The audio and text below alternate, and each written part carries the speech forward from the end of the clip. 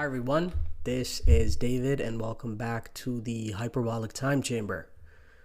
So my last episode was focused on routines and habits, and I guess I completely forgot to mention it, but one habit that I've introduced, which I think across the board has been amazingly beneficial, is cold exposure. I'm pretty sure that if you've been paying attention to news, other podcasts, YouTube, a lot of fitness people, health focused people, everybody really, it's become quite, known and understood.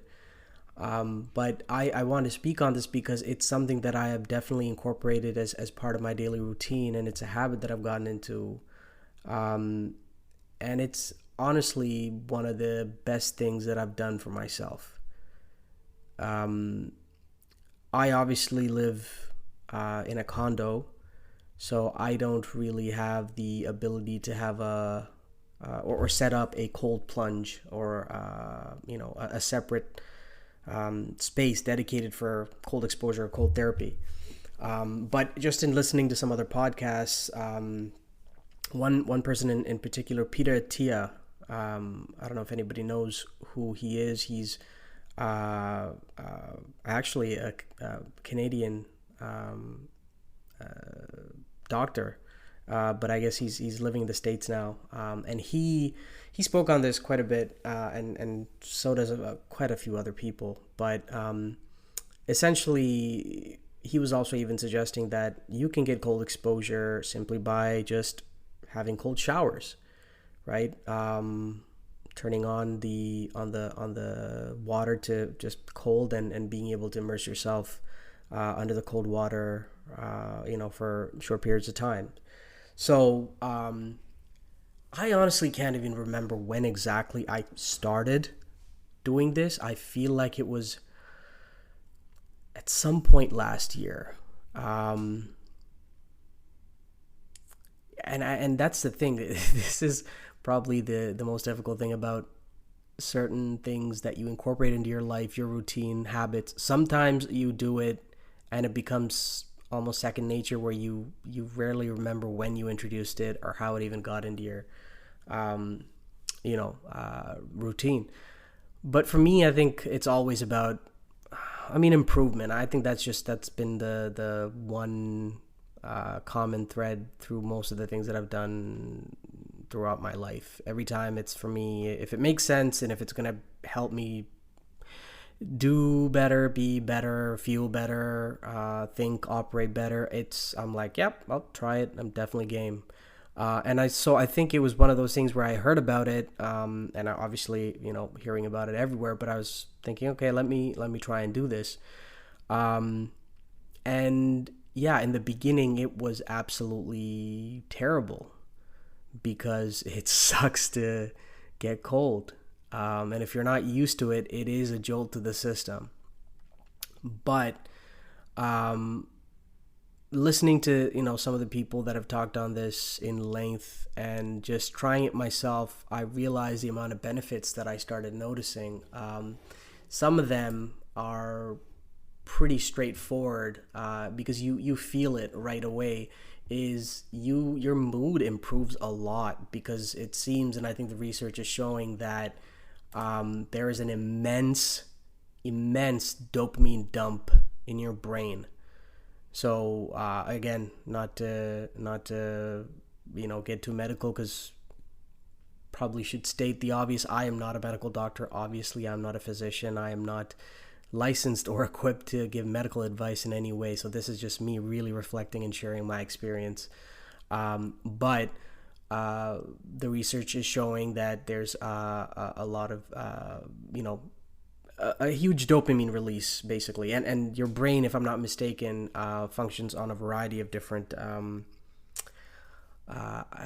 don't know if dopamine is considered a hormone, but essentially dopamine, serotonin, norepinephrine, and I think there might be one other. Oxytocin is another one. There's a bunch, but I think two of the ones that commonly I think have a very, very big effect on how we feel is dopamine and serotonin. Um, and so dopamine, if I'm not mistaken, is something that is really activated when you sort of set goals and achieve certain things or go through sort of a hard period and kind of come across it on the other side. So there's that relationship to dopamine. And for whatever reason, I guess because cold exposure feels like adversity, your brain and your body, gives you this real surge in dopamine. And so when you get out of the shower after having that cold exposure, your mood is fantastic. You feel, it's not like elation or giddy. It's not that. It's just you feel clear. You feel good. You feel, um, you know, good in a neutral way. You don't feel down. You don't feel cluttered. You don't feel moody or anything. It's extremely hard to describe, and I think probably to some degree it varies from person to person in terms of how exactly one would feel. But it's an immense benefit. I mean, most of I think the things that we're trying to do during our daily life, the primary detractor is our state of mind, right? Your physical state might be great, but your mental state often ends up, holding you back or hindering you in a lot of ways. So um, it's one of the primary benefits I get out of cold exposure and taking a cold shower. Um, and just the research aside from that is also showing there's a bunch of other benefits. So I'm just looking at an article here. It's highly suggested and I think researched and proven to speed up metabolism, reduce inflammation, reduce sort of swelling and sort of sore muscles, improving glucose and lipid metabolism, decreasing inflammation, enhancing immune function, and improving cognitive performance, which, as I was sort of saying, your mood. And I think to some degree, a lot of these I've benefited from indirectly or unconsciously. I obviously can't measure some of these things, but mood is definitely something that I can attest to. You definitely feel better. You feel more positive. And the immune function thing, I kind of have to believe and I mean, not that I don't believe it, I guess I really feel like I can attest to this because I find, touch wood, knock wood, that when I do this, I don't get sick often. I've more or less stayed, not sick and healthy, I guess you could say, for most of the year, most of the time. It's not like you never get sick. I think that's impossible, and I don't think that's a good thing either. It's good sometimes for your body to deal with things that it's not dealing with and then build immunity towards it, right? Obviously. But I know for a fact one thing I did, which it's not that you need to do this to get better, but when I did get COVID, which I did, which I think most of us did throughout this past period, I don't know how I had the energy to do it, but I ended up taking a couple of cold showers while I was dealing with COVID. And again, it didn't actually kind of felt good because when your body's sort of hot and overheating, it's pleasant to feel cold, but you stay long enough, it starts hurting, obviously. And I still did it, and I think it really helped in minimizing symptoms and accelerating healing because I think within a week I was back to normal, which is great. So I think there's obviously just from personal experience, the immune boosting function of it is great. And I think the one other aspect, and again, I can't measure this, but Peter Tia was talking about this, and it's to do with brown fat. So brown fat, as I understand it, the body has sort of like white fat, yellow fat, and brown fat.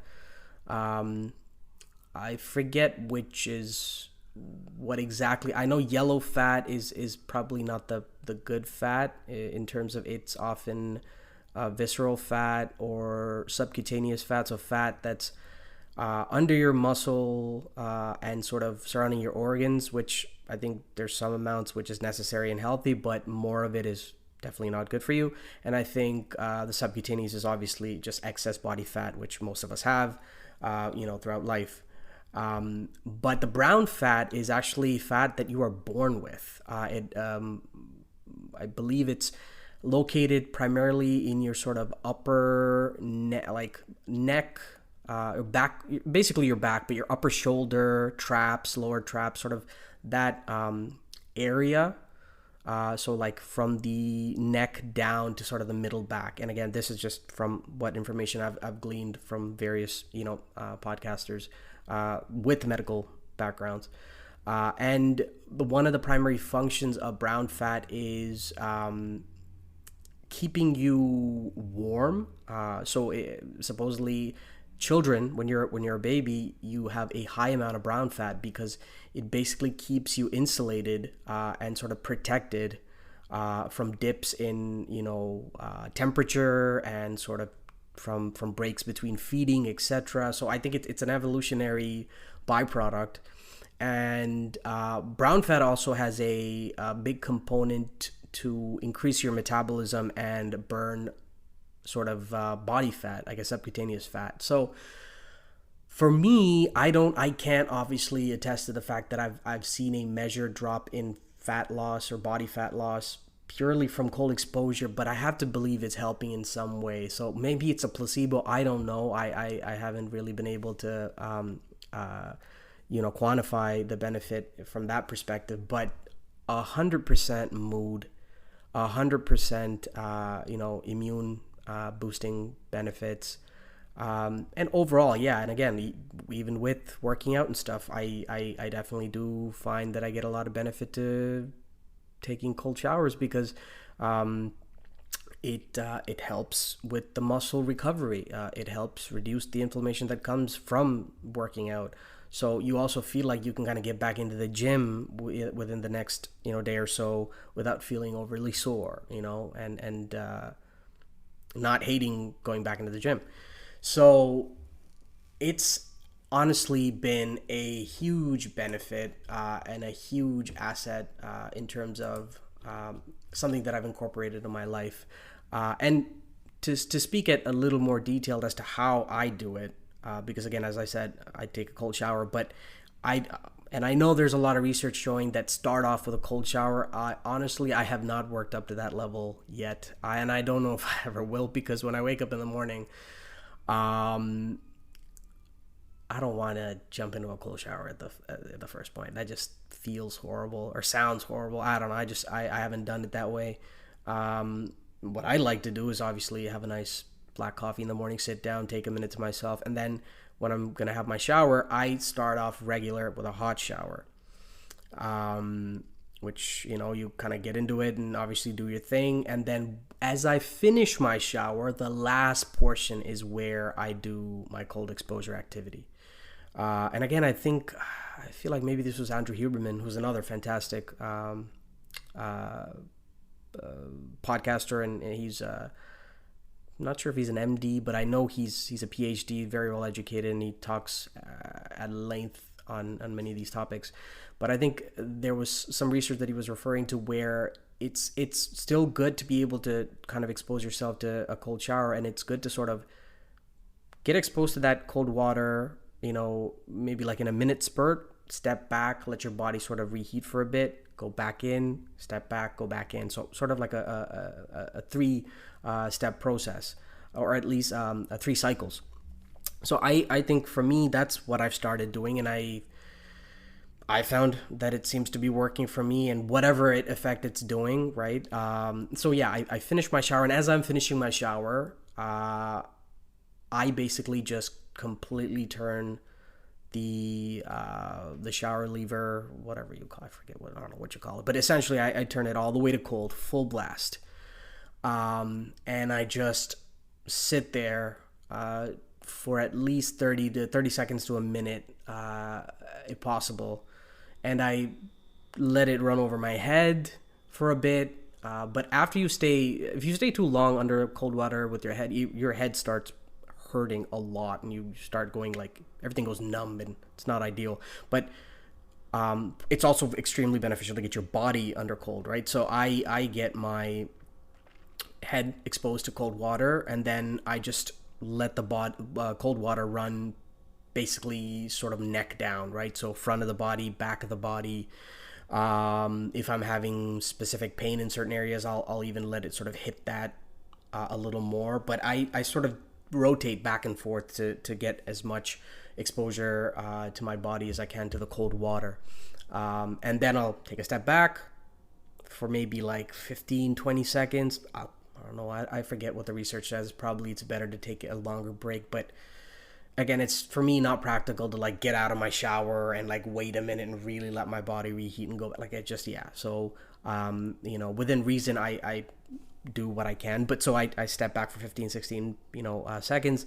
And then I'm back again under the water, letting my head hit a bit, and then body, front of the body, back of the body. And I do this 3 times. And that last time I try and push myself just a little bit, right? So if I can do just a little over 60 seconds, obviously I'm not timing this. I just go to the point where my head starts stinging a bit and then I just shut the water off. And it's a crazy feeling after because you're in pain. I think, honestly, I'm not going to sugarcoat that part. There's a small point or there's a little bit where you feel like you're just stinging all over. You're in a certain amount of discomfort, but it's one of those pain, but there's benefit to it. It's like working out, right? So I think the word is that basically encompasses this entire concept is hormesis. There's a hormetic effect, which is basically a stressor on your body, but a stressor that has a positive, outcome to it or feedback to it. So you working out is not always pleasant. It hurts, but the recovery is good. Your body builds muscle, burns fat, your metabolism gets better, all the benefits. So, basically that's that hormetic effect has a pain part and a benefit part. So I think that's where this cold exposure thing, it is definitely pain, but there's a lot of benefits. And I think the other benefit over time is also you become cold adapted, so it's not as painful, so you do get used to it.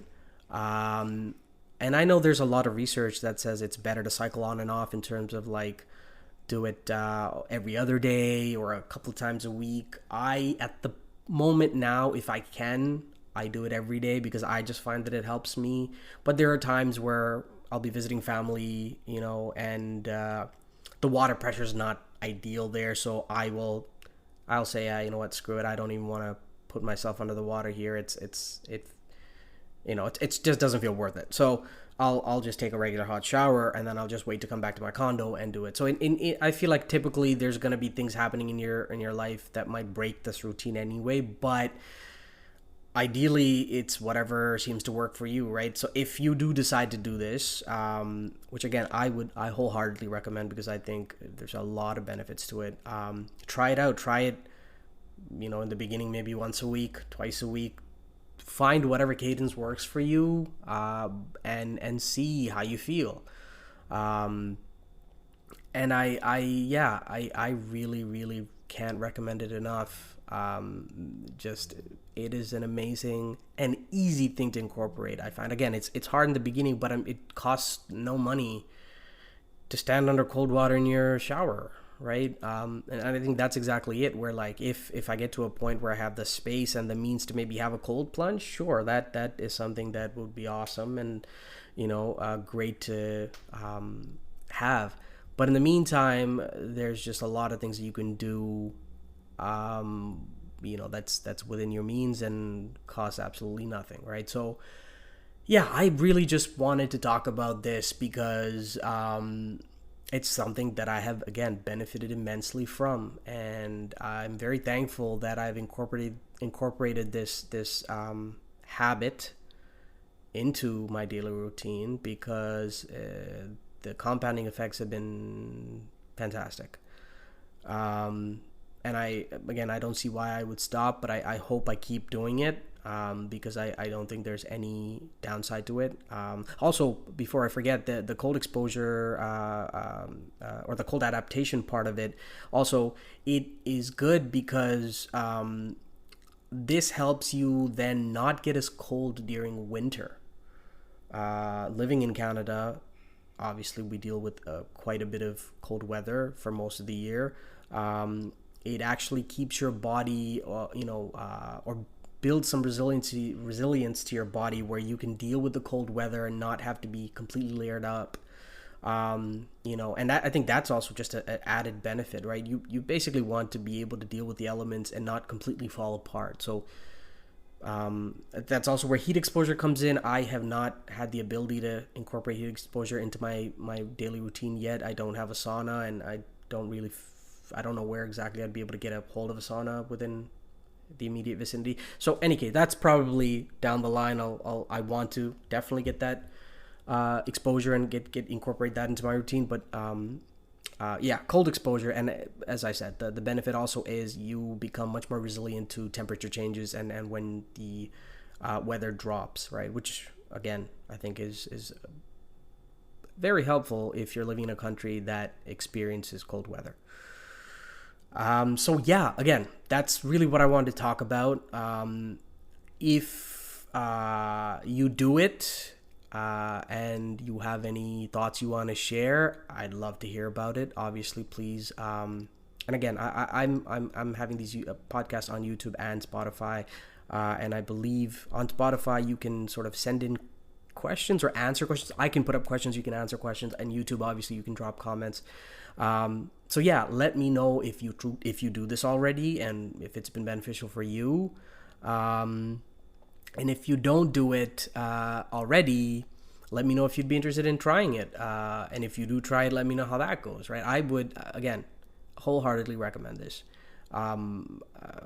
just because of how beneficial it's been for me, mentally and physically, right? And again, I'll bookend this by saying, of course, feel free to talk to your doctor, your medical professional, whoever it is that you consult for your own health, and do your own research, right? And that's the other thing, like look up YouTube videos. I mean, there's so many, it's crazy, right? And information is out there and very accessible. Just Google and look up articles and do whatever research you want to make yourself feel comfortable if you were going to try this, or even just to inform yourself. But again, speaking from my personal experience, I found it to be incredibly beneficial, and I would recommend anybody who is physically able to try it. Again, if you try it, let me know, and also maybe even let me know what other sort of things that you do to kind of gain this benefit of some kind of hormetic effect.